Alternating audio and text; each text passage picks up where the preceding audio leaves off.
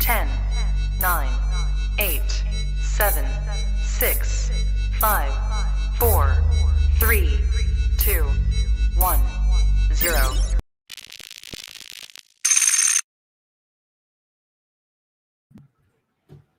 All right, welcome back to the Rising Coaches Podcast. Today's episode is brought to you by Fulcrum Tech. If you are looking for the best video editing software in the game and looking to save thousands of dollars in the process, visit our friends at Fulcrum Tech, and they'll set you up with their new product, Angles. The best video edit. I've had a chance to use it. I've used them all in my coaching career, and by far the best video editor that I've used. And again, at a fraction of the cost of some of the other products out there. So check out Fulcrum Tech at fulcrumtech.com. There's no H at the end of that tech. It's TEC. That's I guess the cool way to spell it. Yeah. Excited for our guest today, a very busy man, the new head coach in Northern Illinois, Rashon Burno. Rashon, welcome. Thank you. Thank you guys for having me. Sorry about the little technical delay, but excited to be here. Yeah, no problem at all. First of all, congratulations. I'm sure it's been a long time coming. You worked hard for this moment. Yeah, it's been a journey, but it was well worth it. You know, throughout the journey, I've met some unbelievable people. Lifelong friendships was fostered through competition. So extremely humbled for the opportunity, but you know, it's a grind, man. It's been a grind. So excited to see what happens. Okay, well, how long ago? 10 days ago you got the job? Yeah, almost. 10 days actually. 10 days. Okay. Actually. Take us in those 10 days, especially with it being the first. You were like the first hire, right, of this like off season, not including like the interims that got, contracts. But you're talking to mostly coaches here, and we've all been on the other side of it, like trying to get jobs. If someone's had a cup of coffee with you, they probably think they got a really good chance to get on your staff. Like, take us inside, like just some of the chaos and like how you managed all the people reaching out. That's the most has been the most difficult part, because you want to be respectful. You're flattered that you receive so many text messages, well wishes, people wanting to be a part of your staff. But it becomes overwhelming, because you do want to do a good job of just reaching back out, personally thanking a lot of people who've helped you along the way. So it's ongoing. You turn your phone off and 40 text messages later, you're like, wow. But I'm happy. One thing, there's new hires. So the new guys are taking some of the steam out of my sail, which is phenomenal. So hopefully they'll get bombarded with text messages and well wishes also. So it's got to be hard being first. I feel like as the summer goes on, like people get worn down by the carousel, but being first, you're in the spotlight by yourself. Yeah, which is good for NIU. Sure. That's a good thing. So, obviously never going to complain about people wanting to help you further your journey, further your career. So I'm super excited about that. But you got to manage how you spend your time when you get your first opportunity, because you're going to get pulled in so many different directions. The other underrated thing is you want to lead the right way, and you want to make sure you tie up all the loose ends with your previous staff and with your obviously your boss, and then make sure you connect with all the guys that you recruited and the guys that you coach. So it's a lot, but I wouldn't change anything. Can you take us a little bit inside of like how it went down in terms of like, as much as I know some of the stuff you probably got to keep private, but in terms of like how you're getting contacted? Is it a search firm? Is it your agent? Was it a lot of rounds of interviews? Did you know right away, like this is the one, or, what was your kind of take us inside that? Well, when it opened, and I think it opened in January, I try to look for opportunities that fit me, regardless of location. I wanted to make sure that my first head coaching job fit who I was and what I wanted in regards to, and it obviously it varies for different people based on what your belief system is. But NIU was unique because as a high school coach, I used to sing some of my players to campus there, camp. And I knew of the area. I lived about 45 to an hour outside of DeKalb, so I knew the area somewhat. And so throughout the process of the year going on, you keep tabs, you kind of do your research with the hope that an opportunity may come where you can interview for the situation. So I got contacted through Daniel Parker, the search, obviously Parker's search firm. Established a relationship maybe 3 years prior with Daniel and his search firm. Stayed in contact. Didn't want to become a nag, but just enough to where he understood what I was about, and then it kind of manifests itself from there. I imagine you've been involved in jobs before, like head coaching interviews. I don't know that, but did this one feel like? Did you feel like it was your job the whole time, or the more of these you do, the more like reserved you get, or at least that's how I've been. The first interview I went on, I was like, oh, this is mine, I got it. And then after you get, you go through some rejection, you're a little bit more cautiously optimistic, but not like on the edge of your seat like that. I'm just wondering if you, like from the beginning, had a great feeling about this, or were you just kind of seeing where the process went? A little bit of both. We've both been, as you mentioned, hey, I was on the phone with the coach for 45 minutes or and you kind of like try to trick yourself to believing like you had a great conversation. You tell yourself that to motivate for the next call. But I was kind of reserved. I've been through the process before, so I didn't want to get, too excited or too low, just be even keel. I really prepared for this opportunity more than others, just because I had that window from January all the way to February 28th, or when I first initially interviewed. So I knew the talking points I wanted to emphasize. I knew some of the players, meaning administrators. So I wasn't cramming for the interview because I honestly prepared and had a good grasp of what they were looking for, what has transpired in the last 2-3 years within the program. And so when Mr. Parker reached out, I felt confident that if given an opportunity to sit in front of him, I'll be good enough to get a second interview. That was my goal. If I can get a second interview, then things are going to probably slide in my favor, because I felt confident from that standpoint. What did that preparation look like? You mentioned, you keyed in on certain individuals that were involved on the committee. What other types of things were you kind of researching? Just the school, right? A lot of times, and this was the case, and I didn't have any foresight before. I just speculated and said, you know what, I'm gonna go out and research not just the AD, associate AD, the basketball people, research the school, understand what the president's about, what he or she feels about not just athletics, but the overall community.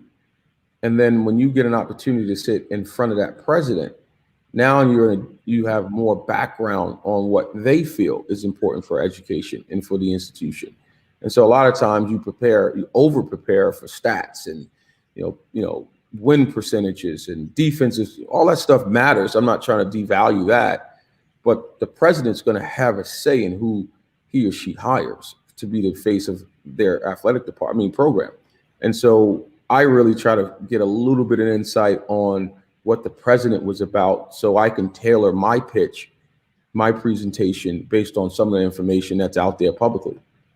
I love it. Okay, one more question about the process, just because I know people hit us up with these questions all the time.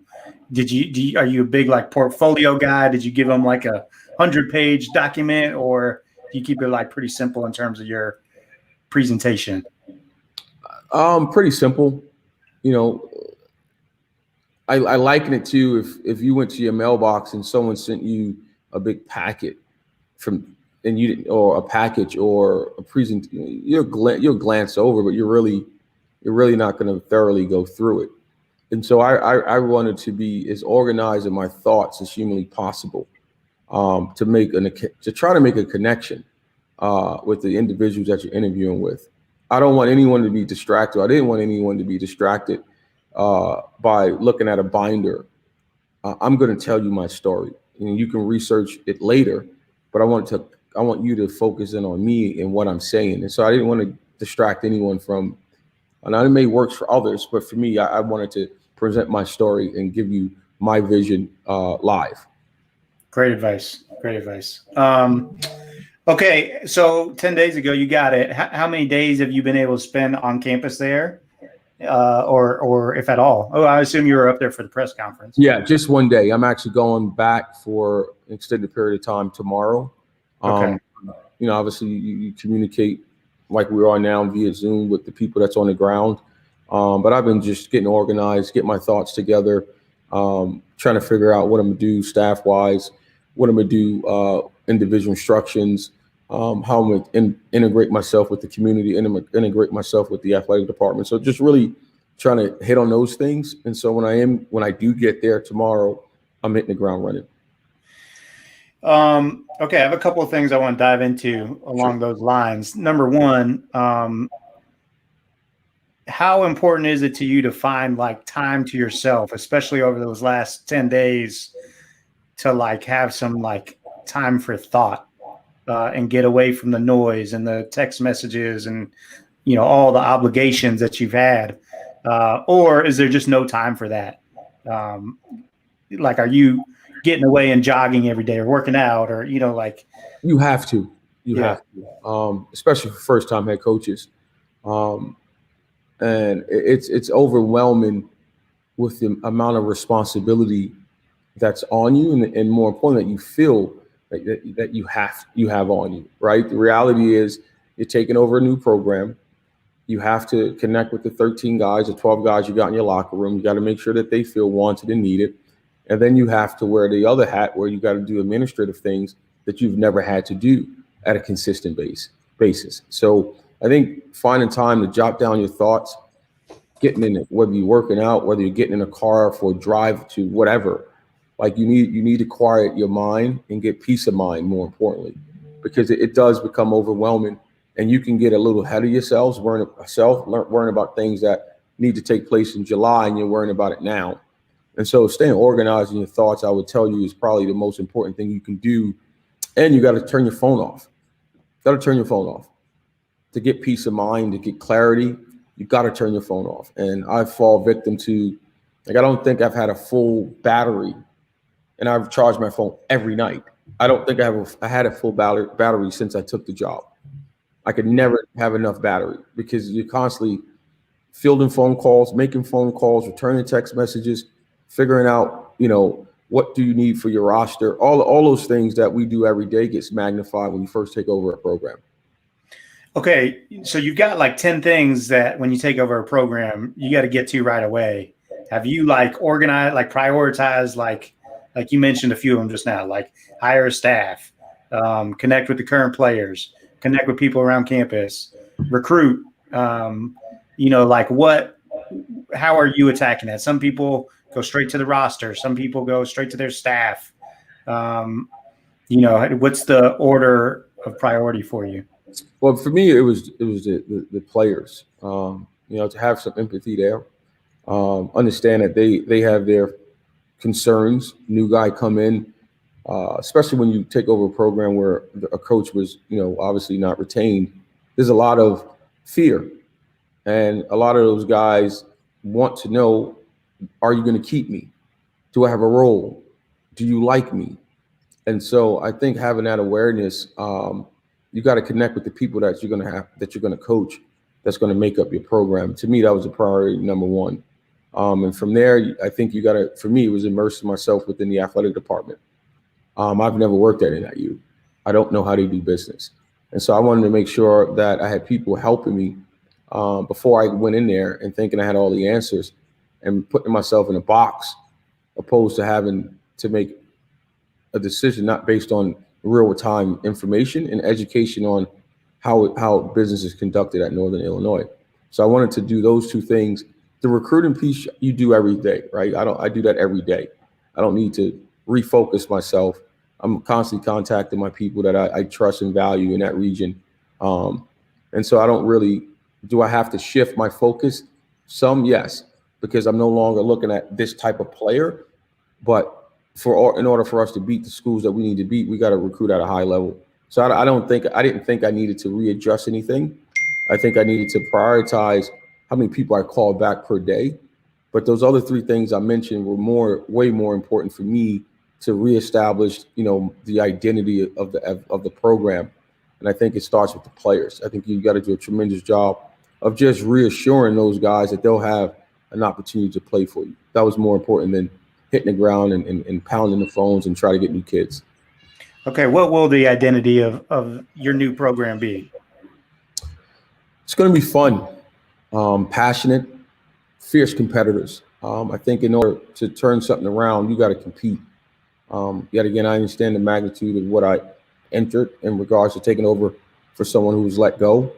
So we did that here at Arizona State. You got to put a really, really good product out there, not just talent and winning games, but you got to get guys to compete at a high level. I think if you do that every night, people start buying in to the overall vision of the program. How much of your philosophy has come? You've worked for some great people, right? You played for Coach Hurley. You most recently worked with his son, Bobby. You work for Coach Donovan. How much of like where are you getting the bulk of your? Does all of it always kind of go back to Coach Hurley Sr. in New Jersey, your high school coach, or do you constantly see yourself going back to that foundation, or are you kind of taking bits and pieces from everywhere? I think the foundation will always be with Coach Hurley Sr. because it's not just basketball, right? It's not. His foundation is just about just men being a good man, being a good citizen, being a good teammate, being a good person, right? The accountability, the discipline you need in life, period. So I think from that standpoint, that will be my foundation, has always been my foundation. Coach Donovan was unique in the sense of his ability to maximize talent, not just on the court, but off the court. The mental approach that we're going to take with our student athletes, the things that we're going to emphasize, the things that we're going to talk about every day is going to help these guys reach their full potential. And then Coach Hurley, obviously Coach Bob Hurley, he's more of a fierce competitor. His will to win is second to none. And so all those things I've learned throughout my journey will be a part of my overall identity, but also I have to be myself. I can't try to mimic people I work for because I'm not them, right? And so that's important for any coach is be you, be authentic. And you can always implement things that you've learned along the way, but ultimately you got to have an identity for yourself. Kids today see through fakeness. And I can't be Billy Donovan. I can't be Bob Hurley. I can't be Mr. Hurley, but I can be who I am. And some of their lessons can help me shape my identity. So those are the things that, that I'll carry with my program. And then obviously I'm going to find my own voice as a head coach. Rashon, it sounds like you already found it. You sound like you've been a head coach for 10 years now. Well, thank you. But, it's going to be different. But, I've learned that who you are through competition will show, right? If you're about the right stuff every day, right, and you prepare the right way every day, you'll be prepared for the moment. And this moment is something that I've been fortunate. I've been preparing to be a head coach every day. So hopefully I'm ready. What do you foresee the biggest challenge being? I probably would say just because you wear a different hat as an assistant, right? You're kind of like, jack of all trades because you have to in regards when you're associate coach and stuff like that. I would just say just the pressure of making sure, and not that you had less as an assistant, but everything falls on your lap, good, bad, and ugly. And just being able to manage expectations, being able to manage your own expectations, it will be a challenge. Because you want to go out and compete and you want to go out and win, but when you lose at your whatever Arizona State, whatever school as an assistant, your name is not in the front page of the paper, right? You get to go home and they're not saying fire the assistant coach, right? At some places they do, but not for most places they won't. It's always the head coach. So just getting prepared for that, and that's stuff that I can't control, but it's a part of the job. Who will you lean on in times where you do need some guidance? Who do you lean on in the profession? Not, excluding family and people that are close to you personally, but coaches, like who will you be calling after a late night loss? When you're down and out, looking for some guidance. Just the people that's in your circle. Billy is Coach Donovan is right down the road. I joked with him that I'm gonna stay in the basement for the first 90 days. He was 45 minutes down the road. Coach, obviously Coach Hurley, Mr. Hurley, all my friends in the business, because they've all gone through it. They can tell me exactly how to handle certain situations. But also I want to walk through some doors, with no preconceived notions either. I think that's good for learning. But all the guys that I lean on now will still be in my inner circle. The good thing is, Bobby was a first-time head coach, so he can give me a tremendous, and is obviously more recent than Coach Donovan. He can give me a tremendous amount of information on the do's, the don'ts, as a first-time head coach. But I'm just use the basketball community to try to help me get through this first year. Okay, what about let's move to like the good stuff on the court. Let's talk some hoops. How are you going to try to play specifically defensively? You guys going to get up and down? You guys going to try to grind it out? What are you thinking there? Well, I'm still learning the roster, but we do have some talent. We got some size, some athleticism, some quickness. So that lends to a press and defense. We're going to get out and try to force tempo. This league is really, really good. If you watch the Ohio Buffalo game, there's some really, really good players in this league. So we're gonna try to do some things different. Defensively, we're gonna press. We're gonna get out, do that. We're gonna play some zone. We're gonna try to mix some things up. Offensively, we're gonna play fast but under control. Try to utilize the roster as I best can. Tailor a lot of stuff towards the talent that I have on that roster. So I'm excited on both ends of the floor, but I do think we're gonna play an exciting brand of basketball. And what kind of guys, like when you hit the recruiting trail? Well, I guess whenever the NCAA Zoom trail. Yeah, right. Well, hopefully they open it up in July. So let's say you're out there in July. Like, what type of dudes are you looking for? What's a Rashon Burno player? Competitors, guys that just want to go out and compete the right way. Just the intangibles, good teammate, good body language. Obviously talent, you want to evaluate talent. That speaks for itself, but just the intangibles, stuff that you're going to need to win, close games, to get your program over the hump. So, but mainly just guys that love to compete, that hate to lose, but lose the right way. You know what I mean? Just guys that compete the right way. Ultimately, is the number one thing that will attract me. What about is it any different for the point guard position, especially with you being a former point guard? Yeah, you got to be a little bit different. Just same thing, competitive, but also IQ. You feel for the game. Now, obviously, these guys aren't going to be able to manage games the way I want as a high school senior or junior, but just to have the awareness of how to play the position. That's something that I will evaluate and really be looking for guys that can run a team. And have a feel for how to get others involved, so the typical stuff. But yeah, that position will get scrutinized a little bit more. I love it. Your teams at Arizona State, especially over the last few years, like Coach Hurley has a knack for getting guys to play offensively, like loose and with like a certain swagger about them. And like, it's hard to deal with that. Like, how do you anticipate trying to get your guys confident? I mean, that's always the balance, right? Like shot selection versus confidence. Yeah. How do you kind of intend on handling that? Try to make it as deja vu as possible through workouts. I think the one thing Coach doesn't get enough credit is the mental approach to how he gets our guys ready. You can't give someone confidence, right? Confidence is earned through time, action, repetition. And so those are the things that we'll do with our guys, is give them an opportunity to earn their own confidence. I can't I don't believe you can say, I can give someone positive information, but he who has confidence is a person that put work in.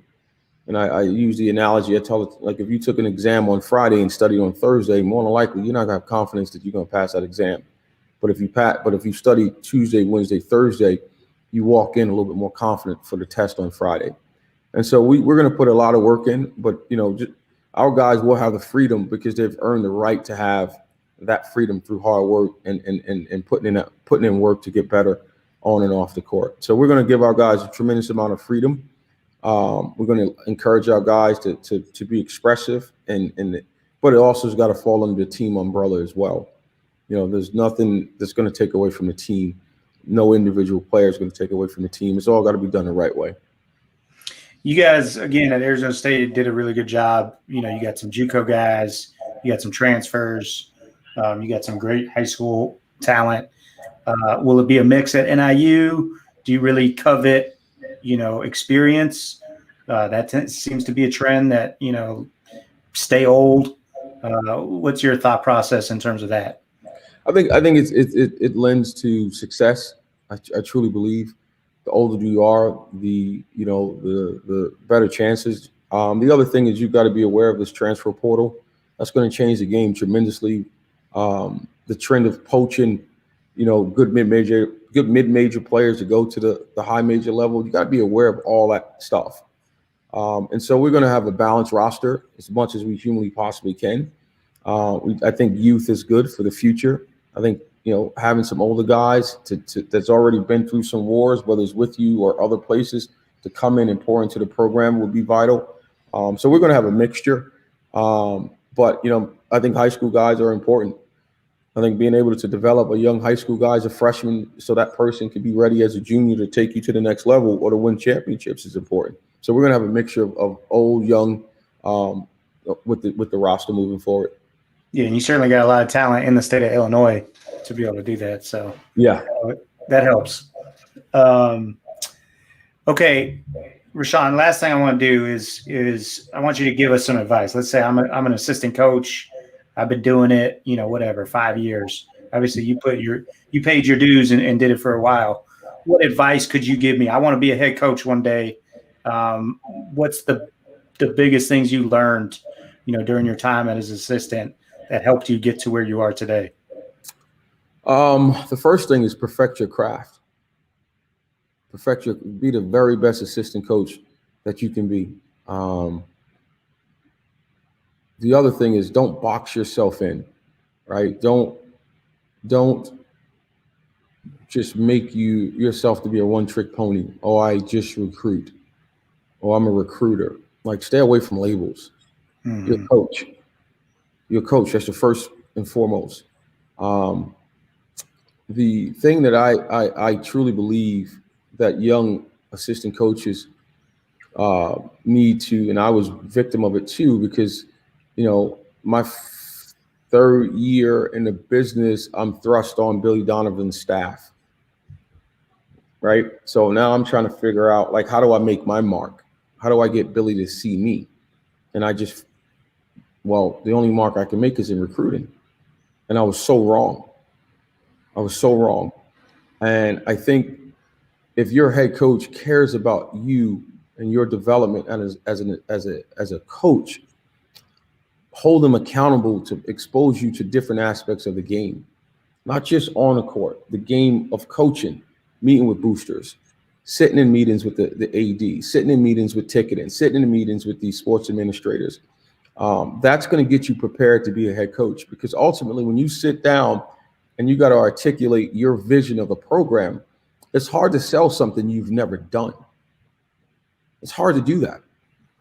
So if you don't know how to handle dealing with a president for the first time, or what are you doing for fundraising? What are you doing for ticket sales?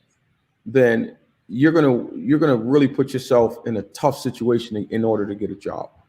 And so I would tell my young guys, assistant coaches, make sure that you hold your head coach accountable for your development. Have him pour into you as you're pouring into the program. Because I know most of us don't get all the accolades we deserve because we wear many different hats, right? The best thing your head coach can do for you is prepare you to be a head coach. That's the most important thing. So good. Especially, when you talk about, you felt like you needed to make an impact on Billy Donovan's staff. And so you focused on recruiting and you were wrong. How did you learn you were wrong? How did you learn that lesson? Because when opportunities presented itself, I wasn't ready. I wasn't ready. And it was no fault but my own. I was so focused on trying to win the recruiting war that I really missed the true meaning of what a coach does every day, right? You can be wildly successful as a recruiter, but be put in a box and you never get seen other than, oh, that guy can get players. Like that's a bad label, right? How do you invoke change in young men is more important than how do you get players. Because if you just you could be standing by a tree and get a player, right? How do you develop them? How are you going to get them better? How's your administration viewing you, right? If only you do all the things you do is just on a court. How did your administration view you as a colleague? Are you competent? Those are the things that matter. So when you sit in front of a search firm or you sit in front of a president or AD or a booster or whomever, you got to give off the appearance that you know what you're doing if given the opportunity. And a lot of times as assistant coaches, we get so tunnel vision on just getting players that, all right, what are you going to do when you get the player? Right? We can't, and I tell my guys all the time, you cannot spend 24 hours on the phone. Right? You cannot. What are you doing to pour into yourself, right, to get yourself better? Are you calling the SID? Are you calling your associate AD? Are you calling your AD to try to go to lunch? Not about getting a job, but just trying to, why did you hire Billy Donovan? Why did you hire Bobby Hurley? What do you guys look for? And then you can formulate a plan from there. But the most important thing is you got to make sure your head coach is pouring into you, not just giving you an opportunity for a job. That's great, and you've earned it. But how are you preparing me to become a head coach if that's your ultimate goal? If that's your ultimate goal, you got to think beyond recruiting, because that's just not enough. The jobs are too hard to get, and you'll miss your opportunity because you're just focused on one aspect of what it really, really entails. Rashon, thanks so much, man. This was great. I know you're a busy man, so I'm going to try to get you out of here on time, but so much great insight and wisdom, and appreciate you taking the time to hang out with us today. Whatever, it's all, listen, I'm one of you guys. So if I can ever help anyone on this call, get my information. By no means do I have all the answers, but I'm willing to seek it out. So I would encourage you guys to do the same. This is an unbelievable platform, and I use it to your advantage. And whatever I can do to help in the future, please let me know. Thanks, Coach. Take care. Thank you, guys.